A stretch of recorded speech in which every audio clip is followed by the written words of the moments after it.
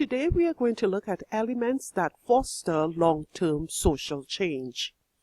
Now that the social entrepreneur has an idea for solving a social problem, has opportunities and resources identified, and has a business model in mind that fits the purpose and mission, it is time to consider elements that goes into fostering long-term social change. The objectives that we are going to cover today are: discuss and name the 7 types of community wealth social enterprises create, measure the effectiveness of social enterprises, and identify stakeholders and describe their stake in or claim on the social enterprise.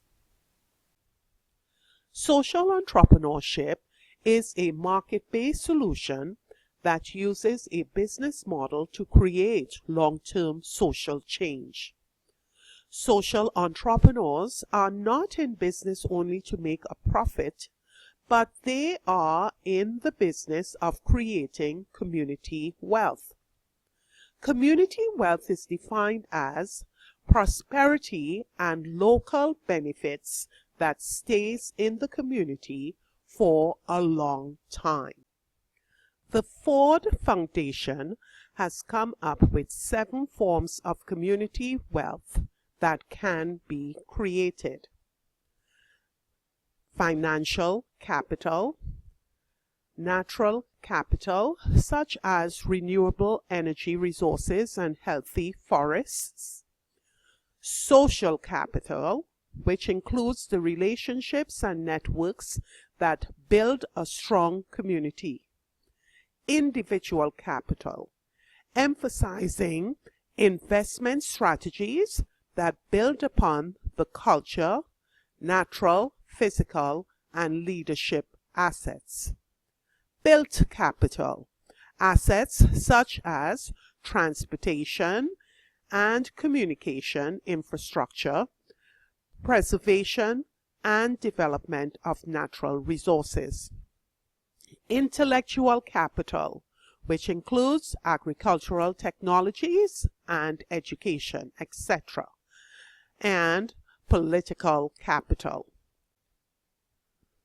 The Ford Foundation believes that a rural development strategy builds many forms of wealth that is more likely to create prosperity and local benefits that will stay in the community over time. The wealth creation approach helps communities to see the potential harm in building one type of wealth at the expense of another. According to Deb Markley of the Rural Policy Research Institute, Center for Rural Entrepreneurship, the first step in building multiple forms of wealth is to do no harm. You don't create jobs that put people's health at risk, says Markley. Instead, communities should seek economic development opportunities that build multiple forms of community wealth over the long term. The effectiveness of social enterprises can be measured on 5 dimensions. 1. Satisfaction of citizens. 2. Adequacy of funding. 3. Efficiency of operations, where adequate resources are used effectively. 4. The attainment of enterprise goals. And 5. The ability to adapt to a changing environment, where the capacity of the organization to stay on course defined by a mission and vision while adapting to changing circumstances. Social entrepreneurs do not and cannot work in isolation. The social entrepreneur and the team he or she gathers around him is critical to the success of the enterprise and crucial for attracting funding. Social enterprises are interdependent and have to work in partnership with others. And most importantly, his ability to be effective is going to rely on his ability to manage the agendas of community stakeholders. Stakeholders are those groups who have a stake in or a claim on the organization and the community.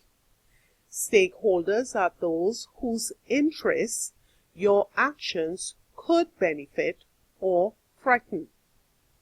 Identifying who the key stakeholders are is a major part of both a general planning process and the development of a stakeholder management strategy.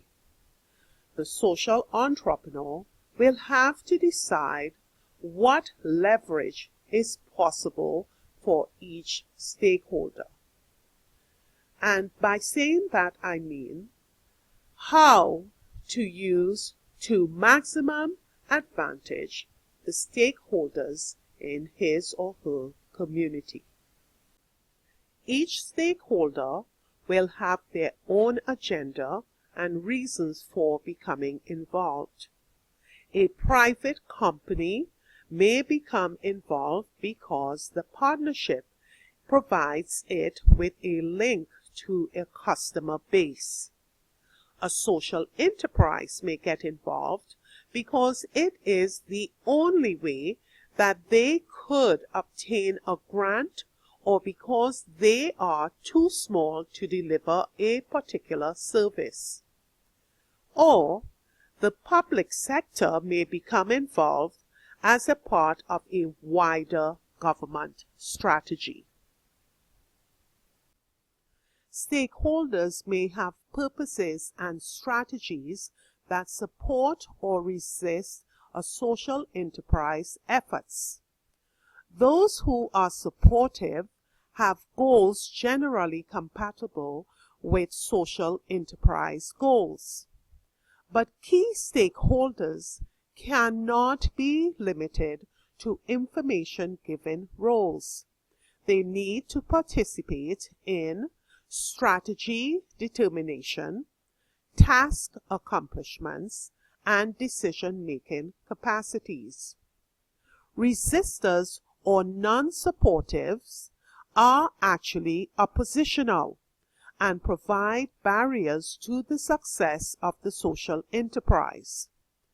The social entrepreneurs need to be aware of who these organizations or people are and plan for their interference in the business of the enterprise. Many enterprises adopt a stakeholder management strategy that focus on engagement and participation, with the latter requiring active stakeholder involvement, for instance, as membership of an enterprise board of directors.